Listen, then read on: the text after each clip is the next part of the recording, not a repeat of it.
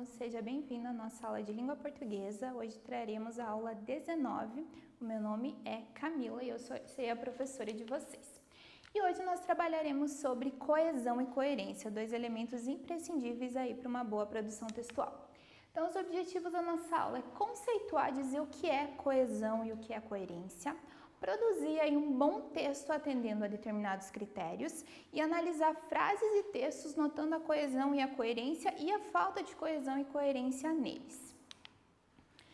Produção textual. Então, às vezes, quando a gente está frente aí a uma folha de papel para produzir aí um texto, podemos sentir um levemente despreparo nessa situação, porque as ideias às vezes não fluem, tá? É claro que não existe uma fórmula mágica aí para construir um texto perfeito, até mesmo ideias incríveis, se não escritas adequadamente, podem gerar um texto não satisfatório. E aqui eu coloco uma fábula para vocês como exemplo, que seria a Assembleia dos Ratos. O que acontece? Na Assembleia dos Ratos, havia diversos ratos que moravam em uma casa e nessa casa tinha um gato. E o gato, para não pegar eles, sempre estava lá muito atento e eles queriam solucionar esse problema.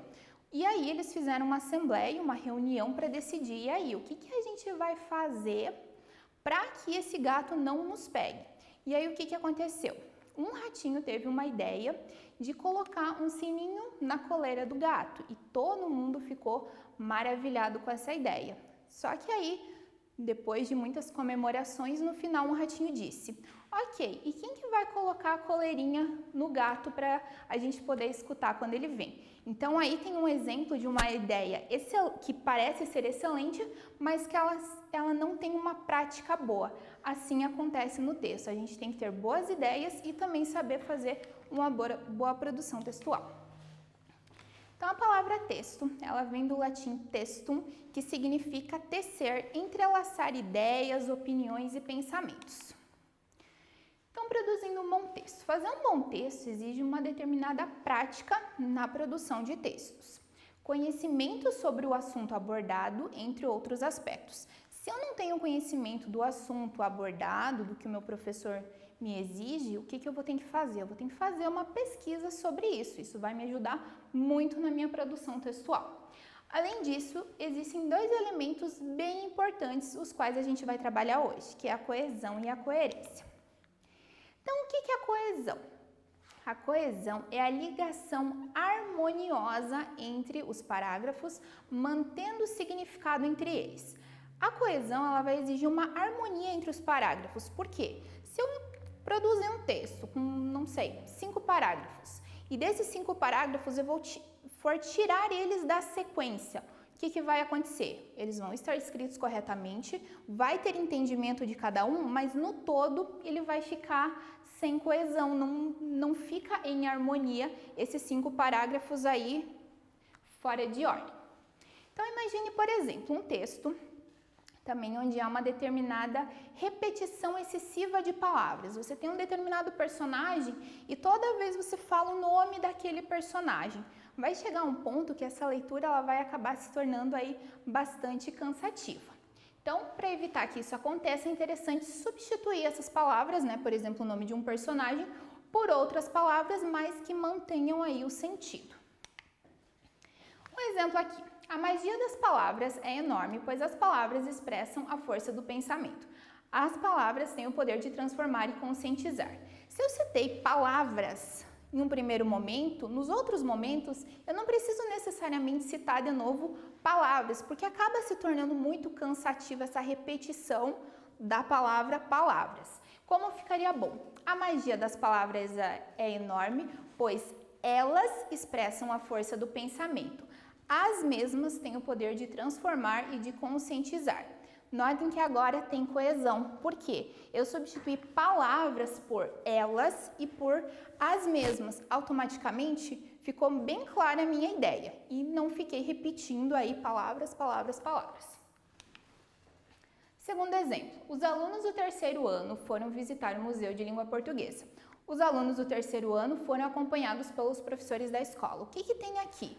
Os alunos do terceiro ano foi citado primeiramente, depois eu não preciso citar de novo os alunos do terceiro ano. o que eu posso fazer? Os alunos do terceiro ano foram visitar o Museu de Língua Portuguesa, eles foram acompanhados pelos professores da escola. E como que eu sei que são os alunos do terceiro ano? Porque foi citado anteriormente. Se eu começar a minha frase só com eles foram acompanhados pelos professores da escola, aí eu não vou saber quem são eles, mas como foi citado anteriormente, fica bem tranquilo e fica bem coesivo. No terceiro exemplo, Maria fez o almoço e ao mesmo tempo Maria conversou ao telefone com sua amiga. Não tem necessidade de colocar duas vezes Maria. Se eu citei uma vez, depois eu não preciso citar novamente. Maria fez o almoço e ao mesmo tempo conversou ao telefone com sua amiga. Note que nesse espaço que está de amarelo, o que acontece? Eu não preciso citar Maria de novo ou colocar ela ou algum pronome. Eu posso deixar sem nada, porque como eu já citei Maria, automaticamente se entende que foi Maria que conversou ao telefone novamente. Agora sobre coerência, são duas palavras bem parecidas, com ideias bem próximas, porque elas estão diretamente atreladas aí ao texto, mas tem uma pequena diferença. Quando a gente fala em coerência, a gente se refere à lógica do texto, ao sentido do texto. Muito importante, um texto pode ter uma ideia ótima, estar escrito corretamente, sem repetição de palavras, mas alguns detalhes podem tornar ele sem sentido, que torna ele incoerente. Tá? Então, o assunto abordado tem que se manter intacto, sem que haja distorções, facilitando assim o entendimento da mensagem. Muito cuidado quando for produzir um texto em ter a ideia bem clara na cabeça. Então, a ideia de lugar, de personagem, da personalidade dos personagens, porque se você não tem a ideia bem clara, durante o texto, você pode se contradizer. O primeiro personagem era uma coisa, como de repente ele se torna totalmente o contrário, por exemplo. Ok? Logo, é preciso sempre ter clareza sobre as características dos personagens, local, tempo, ideias em geral para que elas se mantenham. Então, aqui, trouxe um exemplo de texto incoerente para vocês. Percebam aqui. Havia um menino muito magro que vendia amendoins numa esquina de uma das avenidas de São Paulo. Ele era tão fraquinho que mal podia carregar a cesta em que estavam os pacotinhos de amendoim. Um dia, na esquina em que ficava um motorista que vinha em alta velocidade, perdeu a direção. O carro capotou e ficou de rodas para o ar. O menino não pensou duas vezes, percebam essa frase. Correu para o carro e tirou de lá o motorista, que era um homem corpulento. Corpulento quer dizer bem forte.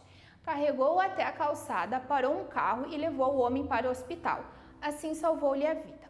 O que torna esse texto incoerente? Começou tudo bem tranquilo, de repente houve um capotamento aí, uma pessoa, um homem corpulento, um homem forte, acabou se machucando.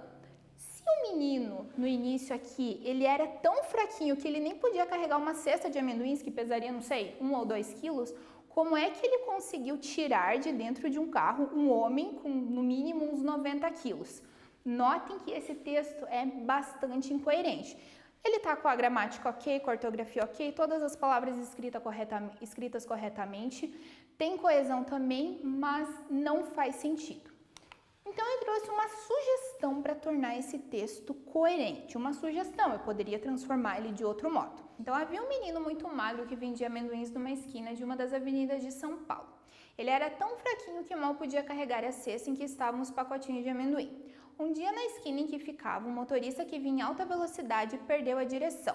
O carro capotou e ficou de rodas para o ar. Notem que até aqui o texto se mantém como estava antes. O menino, como era muito fraco, aqui está reafirmando, não conseguiu salvá-lo, mas pediu ajuda para um senhor que estava caminhando na rua. Este correu para o carro e tirou o motorista, que era um homem corpulento, e carregou-o até a calçada. Então parou um carro e levou o homem até o hospital, assim esse senhor salvou-lhe a vida. Agora o texto ficou coerente. O menino era muito fraco, ele não tinha condições, então ele pediu para outra pessoa estar fazendo essa tarefa para ele. Detalhes importantes para uma boa produção textual. Então vamos nos atentar aqui a alguns detalhes para estar fazendo um texto bem interessante.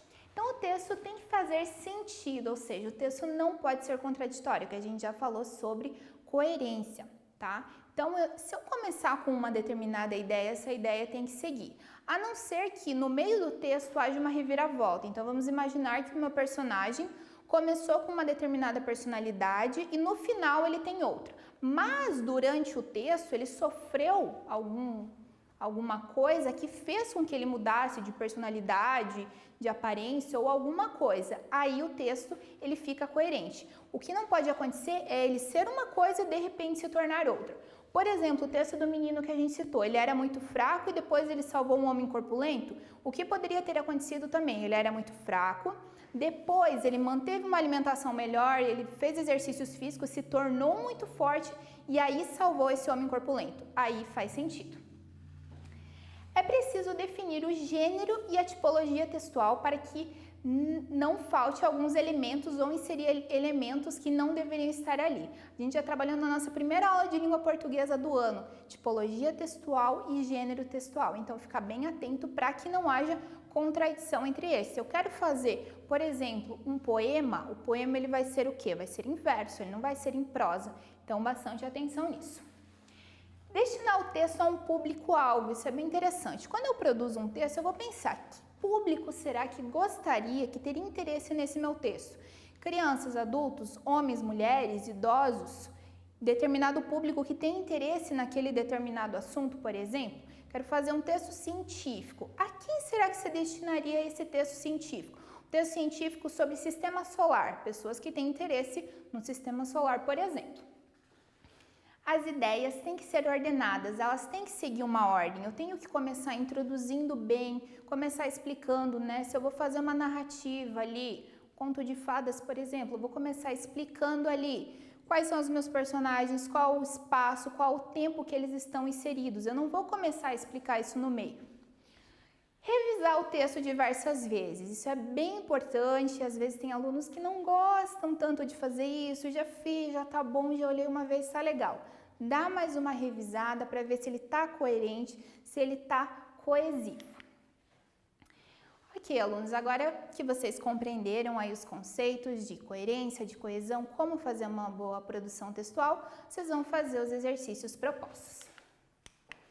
Tenham bons estudos e até a próxima!